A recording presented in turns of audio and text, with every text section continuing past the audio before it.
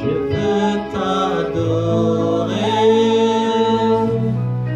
je veux t'élever, adorer ton nom, sa grâce, sa sainteté. Je veux t'adorer, je veux t'élever, adorer ta grâce, sa sainteté. Alléluia. Tu es béni et c'est un privilège d'être en la présence de Dieu. La Bible dit, il vaut mieux une heure dans sa présence que 1000 ailleurs. Et je disais à quelqu'un que j'ai exhorté cet après-midi que vous ne pouvez pas imaginer les réalités que les hommes de Dieu vivent. Quand on entend homme de Dieu, on se dit que ce sont des gens qui n'ont aucun problème. Mais j'ai envie de rappeler à quelqu'un que nous aussi, on a un cœur humain, on a des émotions, mais seulement on regarde à ce Dieu-là qui nous a oint pour vous perdre.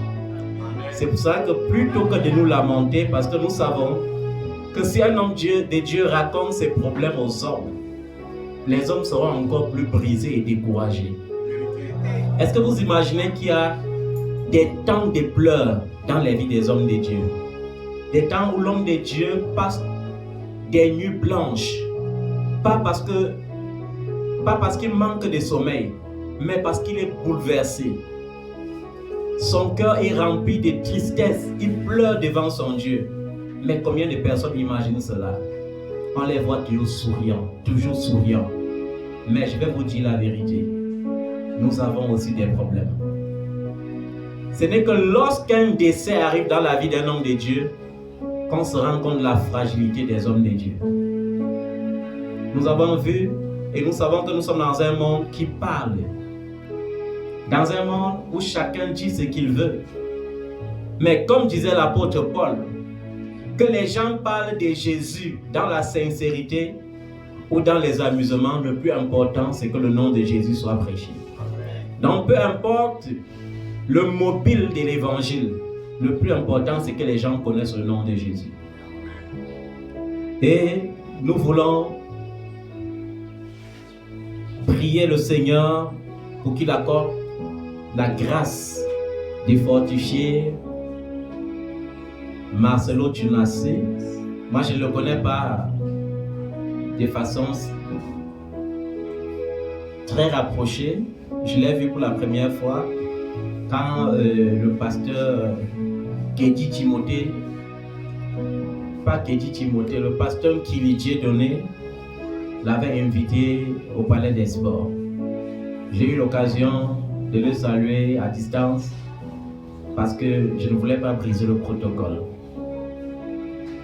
Et vous savez, quand il y a un décès qui arrive dans la vie d'un homme de Dieu, surtout un membre de sa famille, les gens, plutôt que de compatir, vont aller dans les réseaux sociaux, on va écrire du n'importe quoi. Qu'il soit serviteur de Dieu ou pas, le plus important pour moi, c'est que je sais qu'il parle de Jésus et qu'il parle franchement de Jésus. Le Seigneur enlève ce qu'il veut à ses serviteurs quand il veut, parce qu'il est le maître absolu de tout. Et nous croyons qu'une guerrière comme celle-là est retournée dans le repos de son Dieu. La Bible dit, il y a du bonheur, il y a un prix devant les yeux de l'Éternel, la mort de ceux qui aiment Dieu. Et vous voyez, c'était une femme de ministère, que ce soit sous le soleil, dans les palais, dans la boue, sous la pluie, à genoux et debout, elle était toujours aux côtés de son mari pour le soutenir dans l'œuvre. Être aussi femme de serviteur n'est pas facile. C'est une mission lourde, c'est une tâche difficile. Mais nous croyons que si l'Éternel permet que cela arrive, il sait pourquoi et il saura prendre soin des enfants. Il saura consoler son serviteur. D'ailleurs, son serviteur prêchait toujours, il disait qu'aucune épreuve ne te sépare jamais de Dieu. Nous devons arriver à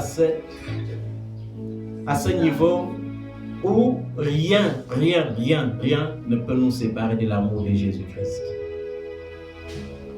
Je rends grâce à Dieu pour sa fidélité. Et ce soir, je vais t'exhorter dans ce sens. Vous savez, nous sommes tous en quête de bénédiction. Parce que lorsqu'on a cru en Jésus, on a besoin de le voir de façon palpable. Et dans l'église aujourd'hui, les gens veulent le voir de façon palpable dans les biens matériels. Je vais te rappeler une chose, que même si c'est Dieu qui a créé la bénédiction, Jésus n'est pas mort à la croix pour une bénédiction. Il n'est pas mort à la croix pour t'enrichir avec l'argent. Il n'est pas mort à la croix pour te donner une vie de luxe. Il est mort à la croix pour le salut de ton âme.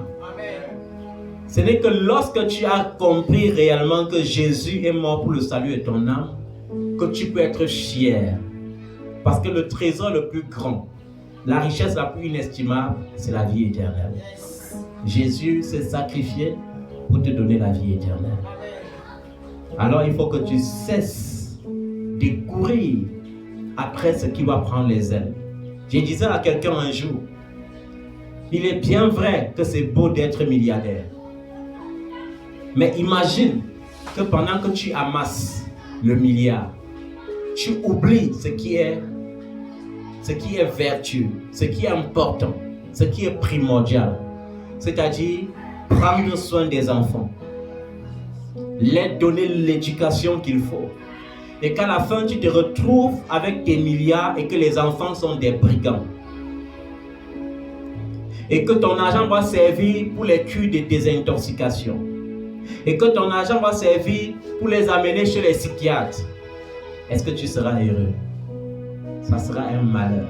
La Bible dit, applique ton cœur à la crainte de l'Éternel et la richesse te poursuivra. Mais si tu appliques ton cœur à rechercher les richesses, la richesse prendra des ailes.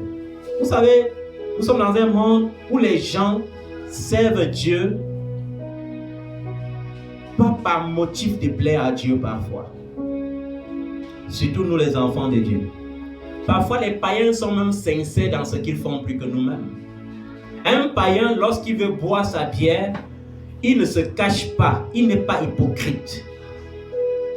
Un païen, lorsqu'il veut faire du mal, il ne se cache pas pour faire du mal parce qu'il est fier de faire ce qu'il fait. Mais les enfants de Dieu, aujourd'hui, beaucoup de choses sont limitées dans leur vie parce qu'ils veulent non seulement le raccourci, mais ils sont hypocrites. Je disais à quelqu'un cet après-midi qu'il y a le choix de Joseph. Il y a le choix de Saül. Le choix de Saül, c'est de prendre ce qu'il voit tout de suite. Et le choix de Joseph, c'est de prendre ce que Dieu lui a réellement montré. Joseph était face à la femme de Potiphar. Potiphar n'était pas un homme sans importance en Égypte. Il avait les biens. D'ailleurs, c'est même Joseph qui était l'intendant de ces biens. Vous savez que Joseph avait le choix soit de se laisser aller avec la femme de Potiphar et gagner la femme de Potiphar et les serviteurs de Potiphar et la maison de Potiphar et les biens de Potiphar et pour conclure aller en enfer. Pourquoi je parle de cette conclusion? Pour t'amener à comprendre qu'on peut être riche et finir en enfer. Tout comme on peut être riche et finir au paradis. Mais tout dépend de la manière dont tu peux acquérir des richesses. Il y a les bien-aimés à l'église qui sont des hypocrites. Tu pars dans le bureau d'un homme pour qu'il te rende service. Et arrivé, non seulement tu payes le service rendu, mais ensuite, l'homme te convainc quand même d'aller au lit avec lui. Et tu pars. Et après, l'onction satanique commence à déranger ta vie. C'est pourquoi, dimanche dernier, je faisais un rappel remarquable. Nous sommes au mois de juin. Quand tu fais ton bilan des fidélités de janvier jusqu'à juin, Es-tu resté fidèle à l'Éternel? As-tu assumé ta part pour l'Éternel? Parce que les jours viendront où ça ne sera que tes actions envers Dieu qui te sauveront. Est-ce que tu as fait ta part? Les gens aujourd'hui, lorsqu'ils ont des problèmes, ils font recours aux sommes. Ils oublient que les sommes témoignent de la fidélité de Dieu vis-à-vis de Dieu et de l'alliance que Dieu avait vis-à-vis de David. C'est pourquoi un problème ne pouvait pas troubler David. Quand David se trouvait entouré par les ennemis, il sent que c'est au-delà de sa force. Il pense à l'Éternel. Et il se met à chanter. Je m'écris, loué soit l'Éternel. Et voici, je suis délivré de tous mes ennemis. Aujourd'hui, lorsque tu imites ces paroles, est-ce que tu es sûr que Dieu peut envoyer réellement un ange pour toi? As-tu du prix devant les yeux de l'Éternel? Parce que lorsqu'il dit, dans le livre d'Isaïe 43, que tu as du prix à ses yeux et qu'il t'aime, c'est pour ceux qui l'aiment. Est-ce que tu aimes le Seigneur? Est-ce que tu l'aimes? Il y a certaines bénédictions qui ne sont réservées qu'à ceux qui aiment Dieu. Et il y a quelqu'un aujourd'hui, il faut regarder au Seigneur, il faut croire en la vision. Et je lui disais, est-ce que tu sais depuis combien d'années on a prophétisé que j'étais un milliardaire? Je lui dis, quand j'étais tout petit, me voici aujourd'hui, j'ai quel âge? Pourtant, je ne cesse de croire que l'Éternel, il se lèvera le dernier, il accomplira sa parole. Parce que Dieu n'échoue pas vis-à-vis de sa parole. Et je lui disais, les serviteurs qui se compromettent pour prendre Jézabel, pour prendre qui? Jézabel. Pour prendre la femme de Potiphar, sont des serviteurs qui n'ont pas confiance en la vision qu'ils ont reçue. Ils n'ont pas confiance en la vision. As-tu confiance en la vision que tu as reçue de Dieu? Crois-tu aux rêves que l'Éternel t'a montrés? T'es battu pour les rêves que l'Éternel t'a montrés? Alors tu seras heureux. Parce qu'une vision sans action ne s'accomplira jamais. Quand tu rêves, il faut agir. Quand tu rêves, il faut faire comment? Il faut agir. J'ai dit à quelqu'un un jour qui me disait toujours qu'il rêvait, qu'il était en présence du président de la République et que le Seigneur veut dire par là qu'il sera un homme important, que tu risques de mourir sans voir le président de la République face à face. Parce que tu rêves beaucoup. Et parfois, certains rêves, c'est le fruit de ta pensée. Et je veux dire à quelqu'un ce soir de réviser sa pensée. Je vous ai dit, c'est un danger d'avoir pour un berger dans un ministère un élu. Parce que les élus sont les gens qui ont supporté la solitude. Qui ont fait comment? Supporter la solitude. Et je disais à un enfant aujourd'hui, sais-tu combien d'années de solitude j'ai connu dans ma vie? Sais-tu par quel désert je suis passé? Sais-tu quelle épreuve j'ai vécue? Et je disais, quand je pensais à la prédication de l'homme de Dieu qui disait, je me demande bien comment les enfants qui n'ont pas de père font pour vivre.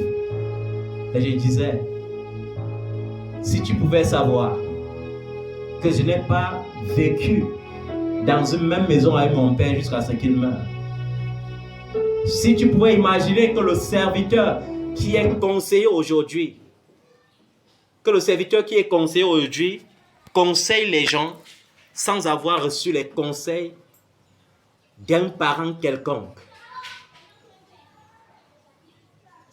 Là, ça devrait t'amener à comprendre que le Saint-Esprit est le meilleur conseiller. En Dieu, il n'y a pas de faille. Dieu a tout prévu de manière à ce que lorsque tu veux un père, il est là comme ton père. Quand tu veux une mère, il te donne l'affection d'une mère. Quand tu veux un ami, il te donne l'affection d'un ami. C'est pourquoi Jésus, à un moment donné, a dit à ses disciples, vous n'êtes plus seulement mes amis, vous n'êtes plus mes serviteurs, vous êtes mes frères. Mais à un moment donné, il a dit, vous êtes mes amis, pourvu que vous faites ce que je vous demande, ce que je vous commande de faire. Et ce qu'il a commandé de faire, c'est l'amour. Mais quel genre d'amour? Quel genre d'amour? Dans Romains chapitre 12, au verset 9, la Bible dit que l'amour soit sans hypocrisie. Que l'amour soit comment? Sans hypocrisie. Tu peux allumer là. L'ampoule là en haut. L'ampoule en haut. Que l'amour soit comment? Sans hypocrisie. Est-ce que l'amour que tu manifestes est sans hypocrisie? Est-ce que l'amour que tu manifestes vis-à-vis même des frères et des sœurs, parce qu'il y a des gens qui vont passer à côté de la bénédiction, sauf parce que leur cœur n'a jamais été vrai vis-à-vis des frères et des sœurs dans l'église. Il n'y a pas d'à peu près dans la communion fraternelle. La Bible dit que dans l'église primitive, les frères et les sœurs avaient tout en commun. Aujourd'hui, dans l'église, les gens font semblant d'avoir tout en commun, mais ils vivent dans un esprit de soupçon, dans un esprit de panique, dans un esprit de quoi? De méfiance totale, les uns vis-à-vis de l'autre. Ils vivent dans un esprit de méfiance. La Bible dit qu'il n'y a pas de crainte dans l'amour. Il n'y a pas quoi? Il n'y a pas de crainte dans l'amour. Les gens sont hypocrites dans tout ce qu'ils font dans la maison de Dieu. Tellement hypocrites, tellement sournois. Et il est temps que tu comprennes que Dieu veut que tu sortes de ce système d'hypocrisie. Que tu sortes dans quoi? Dans ce système d'hypocrisie. La Bible dit que l'amour ne soupçonne pas le mal. Comment peux-tu être prétentieux comme si tu vivais dans les cœurs des gens? Tu vois un frère, tu commences à le juger. Tu commences à te méfier de lui. Tu n'as même jamais causé avec lui, mais tu as déjà porté un jugement à son égard. Tu vois une sœur à l'église, vis-à-vis de son apparence, tu as déjà fait un jugement. Quand quelque chose t'arrive, tu crois que c'est la sœur qui fait ça, c'est le frère qui fait ça. Qui t'a dit que l'esprit d'un frère ou d'une sœur vit dans l'église?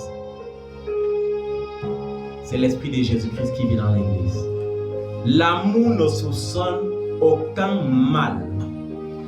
J'ai dit à un enfant un jour, comment peux-tu avoir peur de l'auteur de la prophétie de ce que tu vis?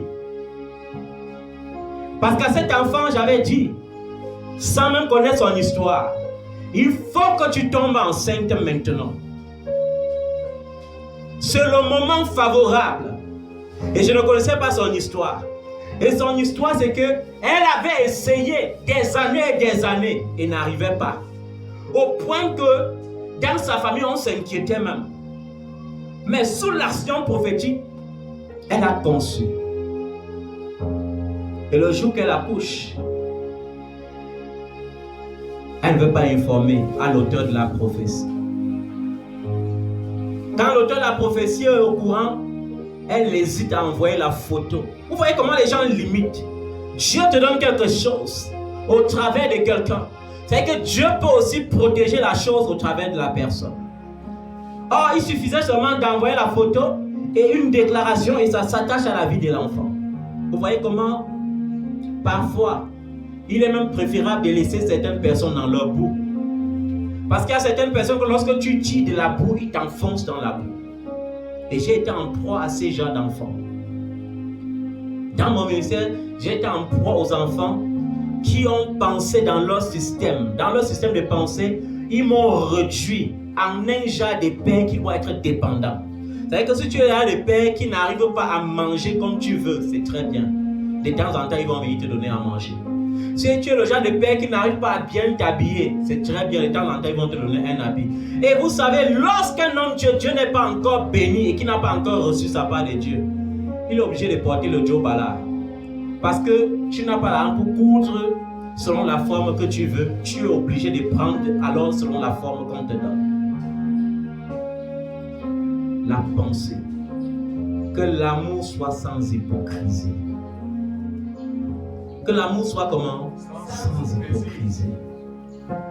J'ai dit à une de mes filles un jour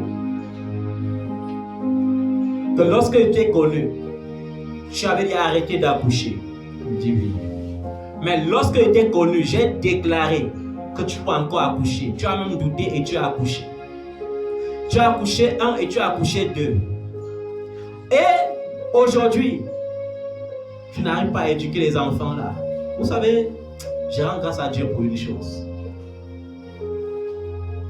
Je rends grâce à Dieu parce qu'aucun de mes enfants, dans sa grossesse, n'a jamais pensé donner le nom à moi-même. Pour dire, je veux que mon enfant soit comme ce père. J'ai dit, et ce sont des grossesses que j'ai passé le temps à suivre. Parce que mes enfants, que ce soit au Cameroun, que ce soit en Europe, lorsque tu enseignes, je suis ta grossesse. Parce que l'ennemi aime toujours venir attaquer dans ces genres de moments. Mais Dieu, pour me consoler, a permis un jour. J'ai célébré un mariage. Et quand la fille a conçu, quand l'enfant était encore dans le ventre, elle a dit, cet enfant-là doit porter le nom du père. Et ça m'a amené à comprendre une chose. C'est que lorsque tu es serviteur de Dieu, tu dois t'attendre à Dieu et non aux hommes. Fais seulement ton devoir. Parce que les hommes de Dieu qui souffrent sont les hommes de Dieu qui prient pour les gens et qui attendent la récompense de leurs gens. Non, non, non. Tu dois faire ta part. Si tu as tiré quelqu'un de la boue, gloire à Dieu. Parce que ce n'est pas toi qui tire, c'est l'Éternel qui tire. Mais je veux te dire, souviens-toi toujours de là où tu es sorti. Souviens-toi toujours de là où tu es sorti, parce que Dieu peut te ramener exactement là où il t'a retiré. Un jour, j'ai pris une photo. J'ai envoyé à quelqu'un qui était sorti de la boue et qui menait une vie luxueuse désormais. J'ai pris une de ces photos dans le passé, j'ai envoyé. Et j'ai senti dans son esprit qu'il disait que il faut que tu effaces, parce que les gens ne doivent même pas savoir que j'étais comme ça. L'amour doit être sans hypocrisie. Les gens qui parlent beaucoup de Jésus, mais qui sont des hypocrites. Ils parlent trop de Jésus, mais ils sont comment? Des hypocrites. Ils t'appellent papa, mais ils ont des papas. Ils t'appellent papa, mais ils violent la parole de Dieu. Ils déchirent 1 Corinthiens chapitre 4, ils jettent. Ils déchirent Galates chapitre 6, ils jettent. Ils disent que Dieu n'avait pas raison de dire ça. Quand ils lisent la parole, ils voient que Dieu dit, prenez soin de ceux qui vous enseignent dans le Seigneur. Ils disaient que Dieu, tu avais tort. Pourquoi on va prendre soin d'eux? Tu prends déjà soin d'eux. Quand ils partent dans Galates chapitre 6, ils voient au verset 1 comment Dieu dit, faites part de tous vos biens. Faites part de quoi? Il disait que non, Seigneur, tu as tort. Je vais faire mes choses en cachette. Parce qu'à un moment donné, certains enfants pensent que l'homme de Dieu, par excès d'amour, parce que tant qu'ils sont dans la souffrance, cet amour est utile pour eux. Mais lorsqu'une voix se présente, ils veulent devenir autonomes. Mais les enfants doivent être rassurés d'une chose. Je peux me vanter en Christ, pour la gloire de Christ, de ne pas être un homme de Dieu qui s'accroche ou qui a un esprit de contrôle sur les gens. Je n'ai pas un esprit de contrôle sur les gens. J'ai vu les hommes de Dieu contrôler les gens. Et j'ai prié le Seigneur de dire que jamais je ne change ta parole en une philosophie qui va créer un esprit de contrôle. Mais il faut que nous sachions une chose. Dans Galates chapitre 6, Galates chapitre 5, du verset 6 au verset 7, la Bible te dit, on ne se mord pas de Dieu. Ce que tu sèmes, c'est ce que tu vas moissonner. Si tu sèmes pour l'hypocrisie, tu vas récolter de l'hypocrisie, ton échec quelque part qui t'attend. Je vais vous dire une chose. Parfois, lorsque tu dévies, tu as tendance à croire que tout va bien. jusqu'à ce qu'après tu te rends compte que tu es dans un gouffre. Et Dieu m'a donné des enfants terribles. Parfois, bon, pas tous mes enfants. Il y a des enfants ils ne sont sérieux avec Dieu que lorsqu'ils sont dans l'humiliation. Fait que tant que tout va bien, c'est le désordre. On va pécher comme on veut, on va se confesser. On va pécher comme on veut, on va se confesser. Mais dis-moi un peu, si un jour pendant que tu pêches, tu meurs, tu auras le temps de te confesser? Je me rappelle un jour, j'avais trouvé un jeune homme qui avait grandi devant moi et qui était même encore en train de grandir. Il était dans ses 17 ans. Je l'ai trouvé assis dans un milieu public. Il buvait avec les pieds alignés devant lui. Il dit, mais jeune homme, depuis quand tu bois? Il dit que non, je goûte seulement. Il ne savait pas qu'il était en moins de 2 jours pour sa mort. Et un jour de fête, il est allé boire avec ses amis toute la nuit. Et au petit matin, il a dit, je m'en vais encore prendre une. Et c'était... Et j'ai dit, quand quelqu'un meurt, quand quelqu'un entre dans la mort étant sous là, est-ce qu'il a même encore besoin d'être jugé? Il y a des gens qu'au jour du jugement, avant que l'écran n'affiche leurs actions, ils vont dire à Dieu que non, pardon, ne prononce pas, moi-même je sais que c'est l'enfer là.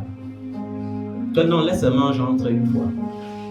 Parce que lui-même il va s'asseoir, il va réviser. C'est pourquoi la Bible dit, il est honteux de dire ce qu'ils font dans le secret. Il est comment? Honteux de dire ce qu'ils font dans le secret. Comment peux-tu mépriser l'instrument de Dieu? Juste par hypocrisie.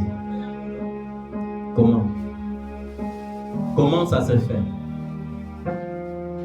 Comment ça se fait? Comment peux-tu être le juge suprême des enfants de Dieu? Tu vois le mal partout. Comment? Est-ce que vous savez qu'il y a certains ici, même dans cette assemblée, qui protègent même bien leurs enfants de moi-même qui suis leur grand-père? Et qu'on protège l'enfant de mon genre d'onction. Parce que l'onction qui a pris soin d'eux lorsqu'ils étaient dans le ventre là, c'est devenu une menace pour eux pendant qu'ils grandissent. Quand tu fais ça, tu produis quoi dans la vie des enfants? Si ce n'est la malédiction. Tu produis quoi dans leur vie? J'ai dit à un enfant un jour qui disait que je vais faire comme ça à telle personne pour qu'il, quand il réussit, il fait ça dans la vie de tes enfants. Vous voyez que tu ne connais même pas comment Dieu a tracé la vie de tes enfants. Il faut être extrêmement fou pour penser de l'avenir d'un enfant, d'un enfant né d'un loin de Dieu. Il faut être fou. Que l'amour soit sans hypocrisie. L'hypocrisie. L'hypocrisie te pousse à apprécier une personne aujourd'hui et à le vomir demain. À l'accepter demain et à le vomir après-demain. L'hypocrisie te pousse à couvrir les fautes. Alors que la Bible dit que tu ne dois pas participer au péché d'autrui. Ça veut dire que quoi? Lorsque quelqu'un vient te dire que j'ai avorté, c'est Dieu qui le pousse à venir te dire. Si tu cautionnes, ça veut dire que tu as avorté avec la personne. Et c'est ça le fruit de l'hypocrisie. L'hypocrisie te pousse dans un esprit de perfectionnement qui te pousse à croire que tu as l'élévation spirituelle et que tu peux même combattre les sorciers. Quand tu commences à penser que tu peux combattre les sorciers, c'est que tu es habité même par la sorcellerie. Parce que c'est Christ qui combat.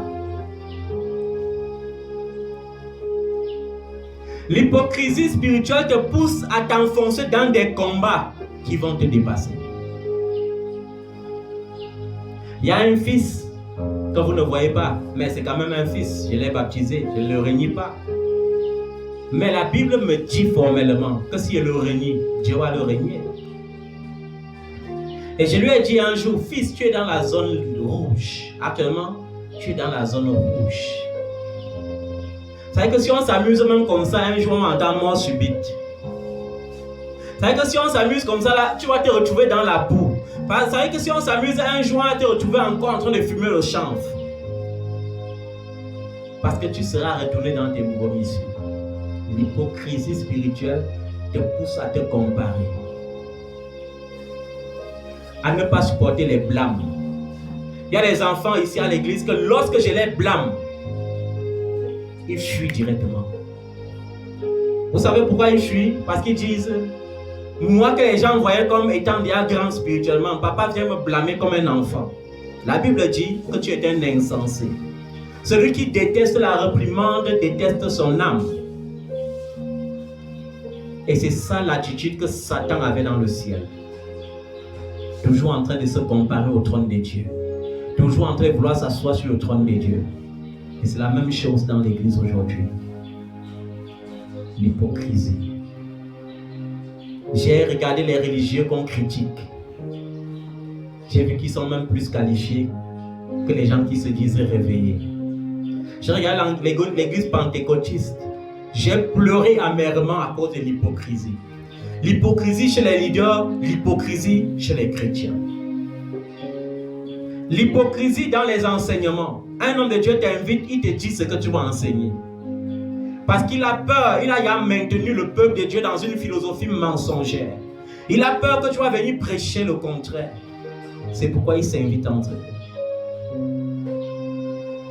L'hypocrisie dans le leadership. Un jour, une prophétie était sortie de moi pour un homme de Dieu. Et l'homme de Dieu a dit que comme la prophétie est passée par toi, c'est toi qui vas célébrer mon mariage. Il m'a amené dans son assemblée pour célébrer le mariage.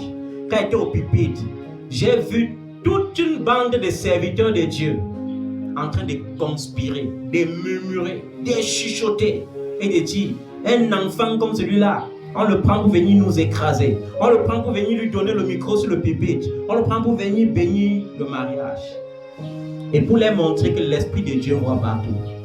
J'avais fini mon message ce jour-là et j'ai appelé celui qui conspirait le plus. Je lui ai dit, prends le micro, tu bénis le mariage. L'hypocrisie. Quand je vois l'hypocrisie chez les pentecôtistes, la fabrication des témoignages. Les gens vont jusqu'à fabriquer même les témoignages.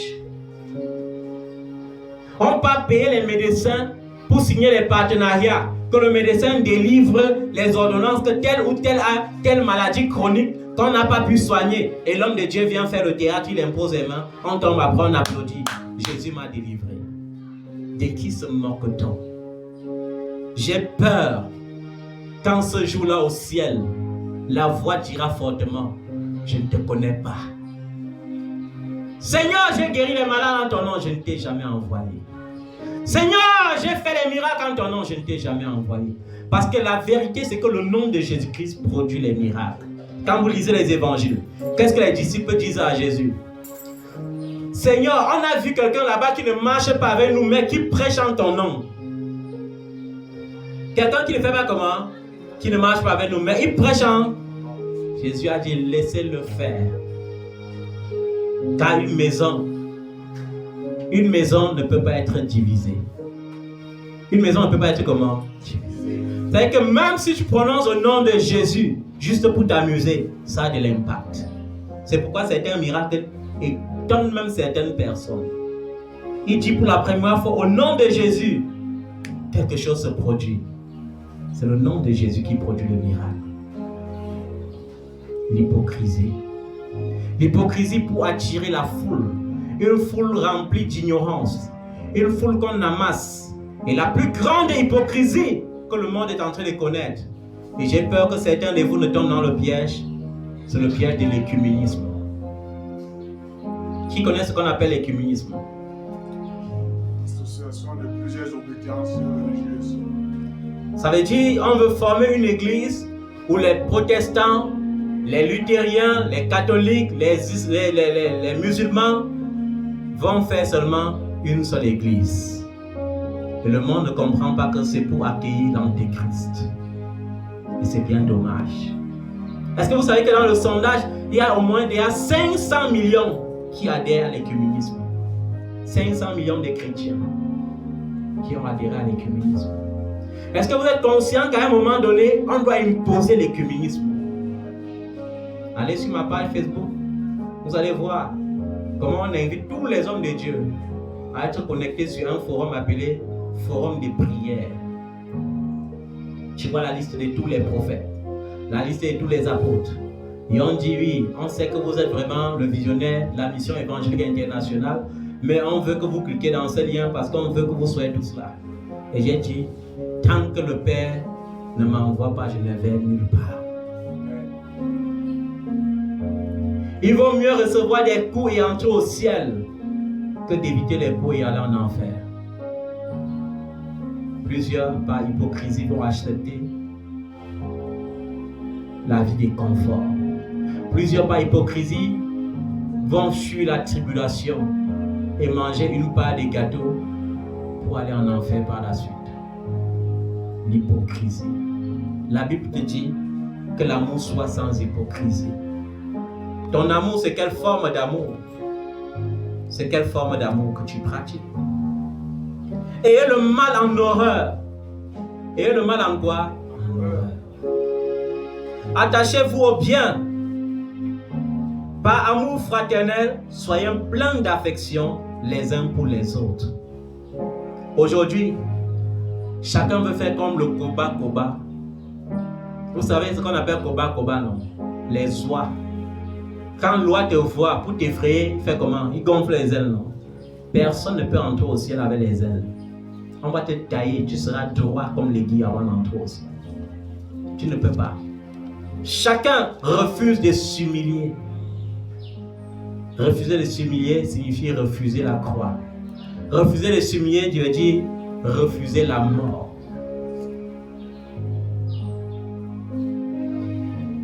Les chrétiens du confort, les chrétiens du luxe. Il y a certains enfants aujourd'hui, quand ils regardent, je ris. Et je ris pas parce qu'ils devraient rire. Je ris parce que Dieu te montre l'état de leur cœur. Et Dieu te montre qu'ils sont avec toi seulement parce que ils ont rêvé que Dieu va te donner beaucoup de richesses matérielles. Et ils vont s'en réjouir. Ils ne pensent plus au ciel. Ils ne pensent plus à la vie éternelle.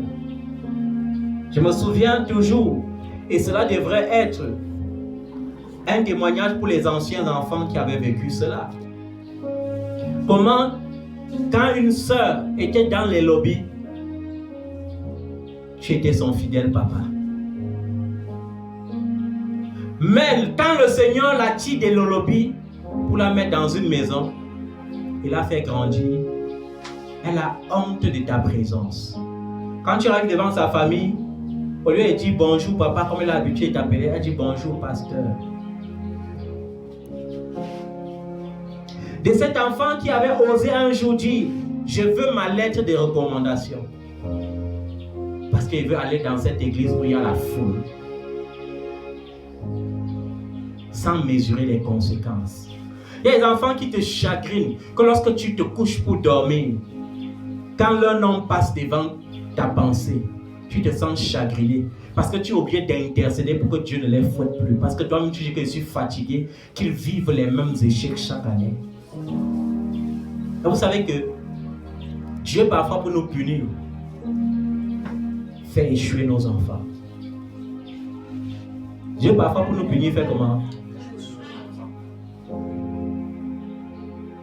Et Dieu n'aime pas qu'on le défie. Il y a certains qui ont vécu ça. Vous savez, le jour où un matin je suis arrivé à la montagne de Vorbeti pour prier, j'ai regardé dans l'assemblée, je n'ai pas vu ma fille Ernestine. Et j'ai dit, où est-elle? On m'a répondu que elle a dit que son ventre la pèse déjà et qu'elle est fatiguée. Et la parole était sortie.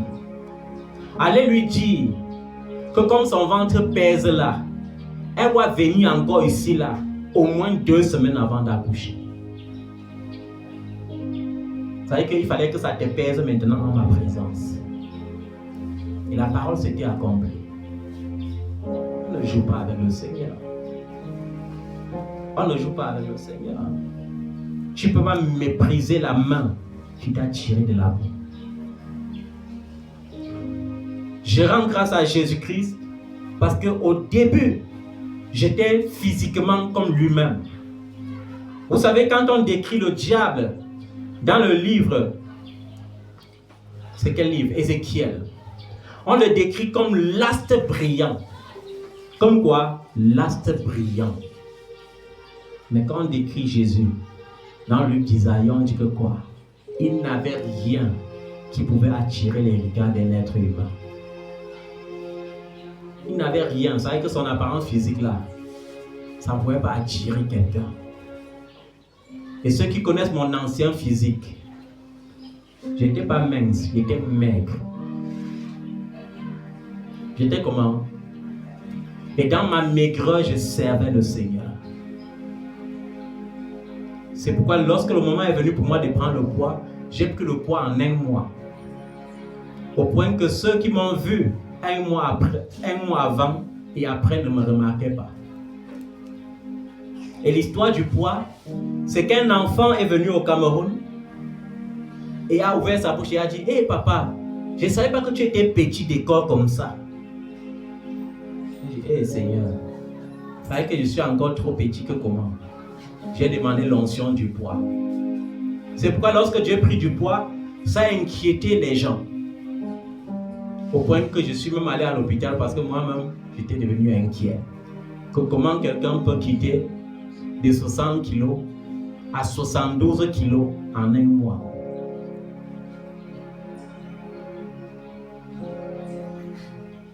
Et puis reprendre 10 kilos seulement après 1 mois encore. Vous voyez que ce sont des choses spirituelles. Dieu peut tout arranger dans ta vie spirituellement. Quand tu es fatigué de prendre les potions pour maigrir, tu maigris par la parole. Parce que tu seras toujours face à 2 solutions concernant ton corps. Ou prendre soin par toi-même, ou laisser le Seigneur prendre soin de ce qu'il a créé. Tu auras tous ces 2 choix. Et lorsque tu veux embellir ton corps réellement pour le Seigneur, lui-même il t'aide à embellir ton corps. Mais s'il voit que derrière, il y a une intention infiltrée, il t'aide à avoir le contraire. C'est pourquoi il ne faut jamais aller dans la présence de Dieu en disant Seigneur, je ne veux pas épouser telle personne. C'est que tu risques de l'épouser. Parce que Dieu est souverain.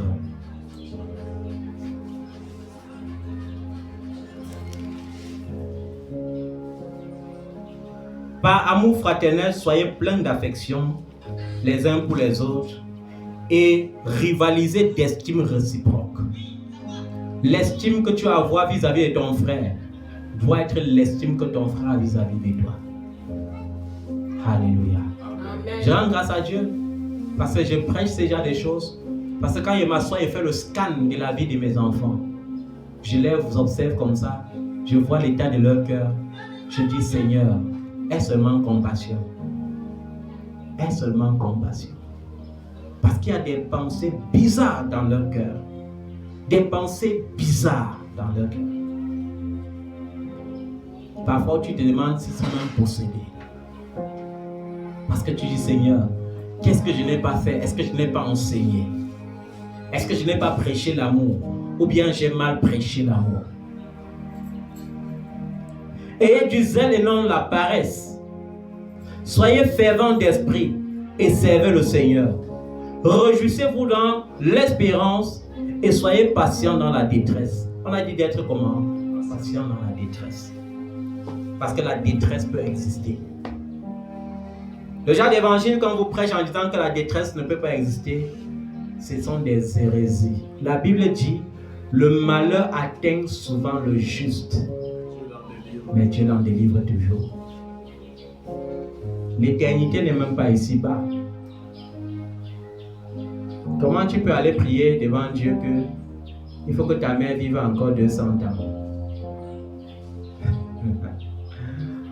L'éternité n'est pas ici-bas. Dieu est comment? Souverain.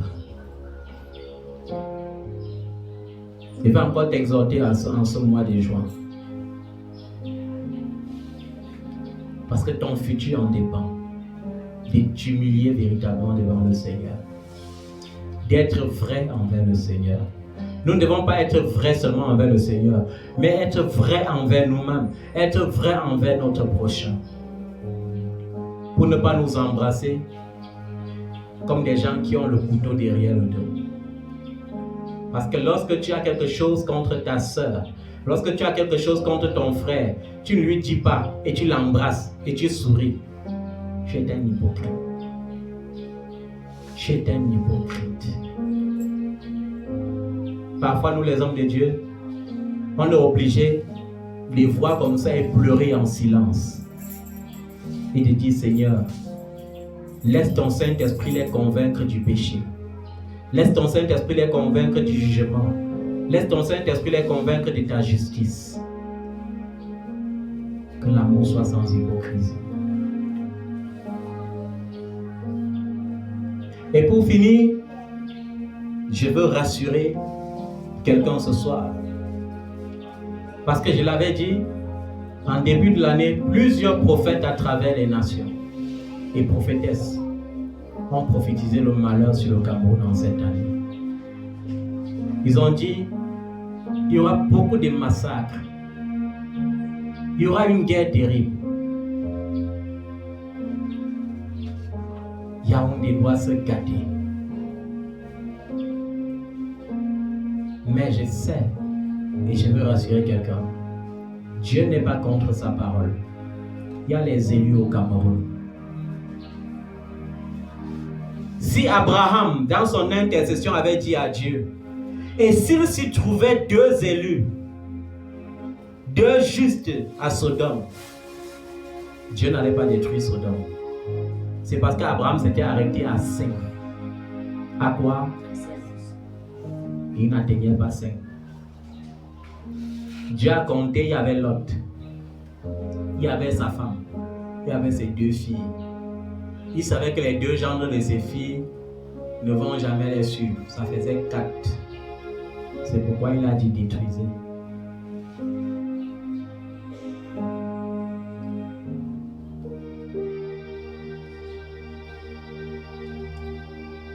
Paix et sûreté sur le Cameroun.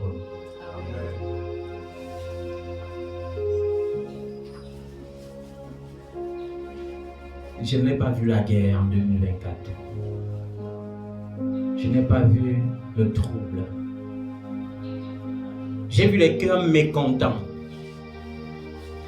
J'ai vu les gens dire on va se soulever.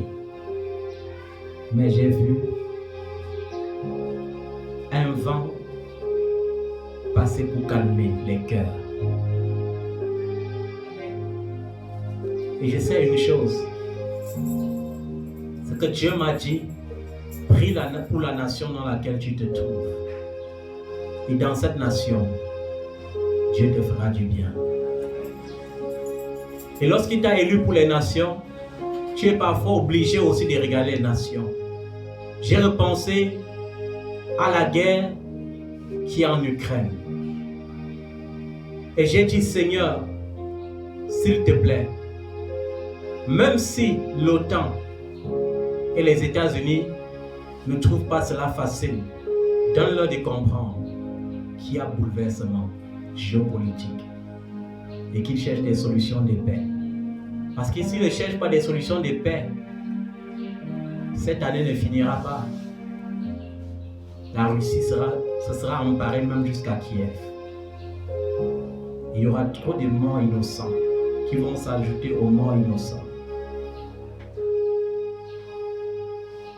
J'ai dit, Seigneur, ne laisse pas que cet ordre soit donné et que l'Amérique soit bombardée. Parce que j'ai dit, mais Seigneur, il y a quand même ma cousine là-bas. Ne laisse pas. Parce que ça peut arriver. Le monde lutte. Et les chrétiens refusent de lutter. Les chrétiens devraient se lever pour le réveil, mais ils ne se lèvent pas pour le réveil. Pendant que le monde est en train de lutter, les loges luttent pour créer un nouvel ordre mondial. Les chrétiens s'endorment.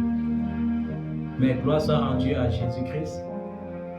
Parce que dans les 10 prochaines années, les loges vont beaucoup chuter. Ils vont beaucoup échouer. Beaucoup échouer.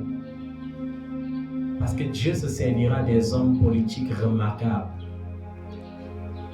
pour faire cesser l'impie pour un temps, avant que l'apostasie ne s'accroisse encore.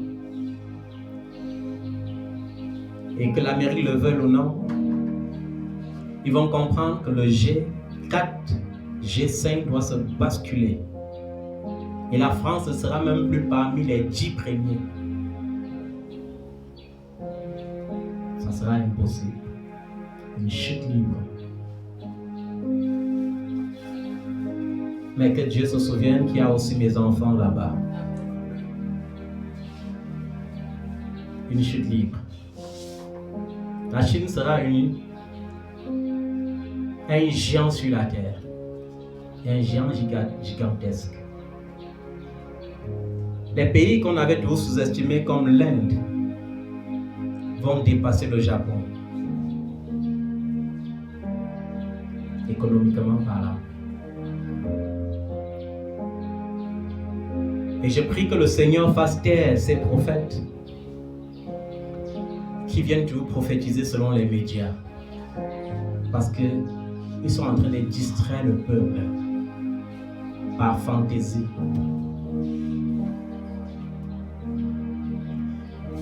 Et il est temps que les gens comprennent que l'Église est hiérarchisée. Tu peux être pasteur et recevoir le don des prophéties, ça ne fera jamais de toi un prophète.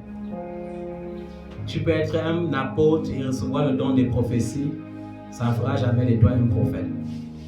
Tu peux être évangéliste et recevoir le don des prophéties, ça ne fera jamais de toi un prophète. Tu peux être docteur et recevoir du Saint-Esprit la grâce prophétique, ça ne fera jamais de toi un prophète. Ces prophètes qui ont prophétisé sur la nation étaient en majorité des gens qui n'étaient pas des prophètes. J'ai vu des prophètes prophétiser à cause du portefeuille de quelqu'un. Comme la Bible dit que les amis du riche sont nombreux. Ils se disent, je vais prophétiser pour lui. Peut-être qu'il me consultera soit en secret, soit publiquement. Non seulement ça va augmenter ma popularité, mais ça va augmenter mon portefeuille. Mais ça ne fonctionne pas comme ça. J'ai envie de dire à ces prophètes qui prophétisent tous les jours dans la vie de Samuel et ton fils, de le laisser tranquille. De ne pas l'inciter dans des choses qui n'étaient pas dans son calendrier. Parce qu'on veut le pousser dans un calendrier qui n'a pas été programmé depuis le ciel pour lui. Et ces gens prophétisent, ils prophétisent. Et ils font comme des artistes qui se passent comme des joueurs qui se passent le ballon. Mais c'est de l'audace. Peu importe, je ne les juge pas. Peut-être qu'ils ont regardé dans leurs lunettes astronomiques, ils ont vu. Peut-être qu'ils ont regardé dans leur mouchoir de nécromancie, ils ont vu. Peut-être qu'ils ont regardé dans leur miroir spirituel, ils ont vu.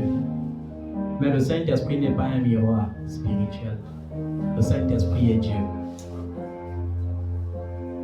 Et c'est ce qui vient de l'Esprit qui s'accomplit. Ce qui vient de la chair ne s'accomplit pas. Que Dieu pardonne à tous ceux qui ont une haine pour ses serviteurs. Vous savez, il y a des gens qui ont la haine des serviteurs de Dieu. Les gens qui ne côtoient le serviteur de Dieu que lorsqu'ils ont un problème. Une fois le problème résolu, ils peuvent insulter le serviteur. Que Dieu ait compassion d'eux. Que Dieu ne les maudisse pas. Parce que normalement, lorsque tu méprises un serviteur de Dieu, qui est vraiment serviteur de Dieu, tu écopes la malédiction. Que Dieu ne les impute pas ce mal. Quant à toi, bien-aimé, Souviens-toi de ce que Dieu te dit ce soir et repens-toi sincèrement. Que ton amour soit sans hypocrisie. Si ton amour avait les soupçons, demande au Saint-Esprit de te délivrer de l'esprit des soupçons. Parce qu'il n'y a pas de sorcellerie là où Jésus-Christ règne. Il n'y a pas de sorcellerie là où Jésus-Christ règne. Et il n'y aura jamais de sorcellerie là où Jésus-Christ règne. Est-ce que tu peux te mettre sur tes pieds? Saint-Esprit, je t'adore. Je te donne ma vie. Je t'aime tant, tendre Père, je t'adore.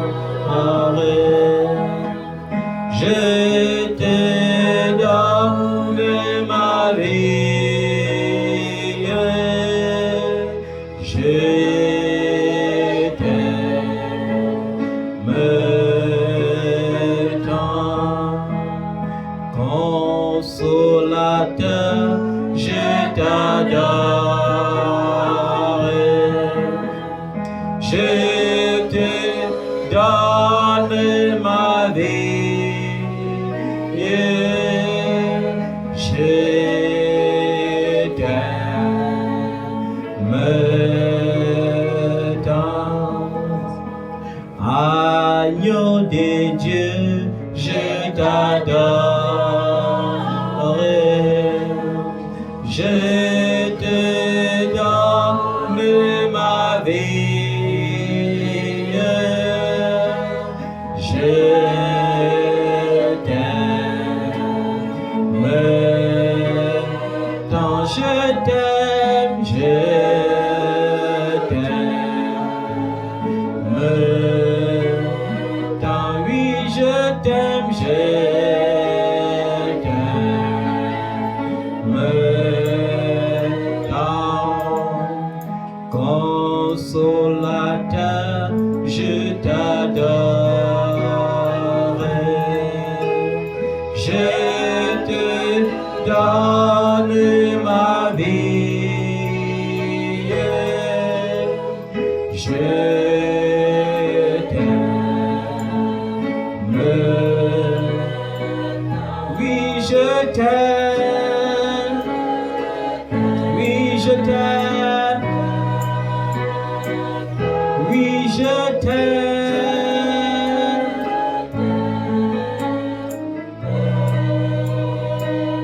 Oui, je t'aime.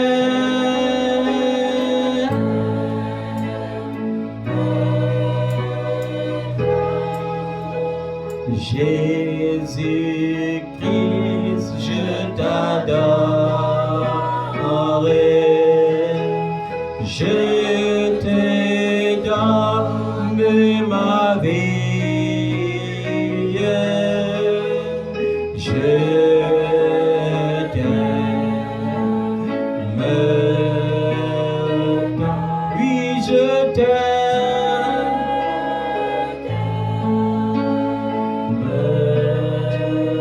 tant. Agneau de Dieu, je t'adore. Je te donne ma vie. Je t'aime tant. Je t'aime tant. Tendre Père, viens nous délivrer de toute forme d'hypocrisie, de toute forme de procès d'intention. Viens nous délivrer de tout mal, ô Dieu. Viens garder nos cœurs, viens garder nos pensées de toute forme d'hypocrisie, de toute forme d'ironie spirituelle, Viens nous préserver, Seigneur. Viens nous garder au Père. Parfois, nous nous sentons trop grands à nos propres yeux. Parfois, nous nous prenons pour des juges. Parfois, nous critiquons plutôt que de conseiller. Parfois, Seigneur, nous nous mettons comme des juges plutôt que d'apporter la douceur pour sauver, plutôt que d'apporter la douceur pour pousser à la repentance. Nous apportons des critiques, nous apportons des reproches, nous apportons des blâmes. Apprends-nous à écouter sans juger. Apprends-nous à écouter avec amour. Apprends-nous à exhorter avec amour. Apprends-nous à vivre dans la vérité. Apprends-nous à demeurer dans la vérité. En ce mois de juin, Seigneur, nous venons vers toi plaider notre cause et reconnaître que nous sommes coupables. Et reconnaître que nous sommes coupables. Coupables de l'hypocrisie. Coupables de l'ironie. Coupables des jalousies. Coupables des critiques. Coupables des œuvres de la chair. Coupables des œuvres mortes. Coupable, Seigneur, et prisonnier de la chair. Pardonne-nous, Seigneur. Pardonne-nous, Seigneur. Pardonne-nous, Seigneur. Pardonne-nous, Seigneur. Pardonne-nous, Seigneur. Ne laisse aucun péché nous bloquer.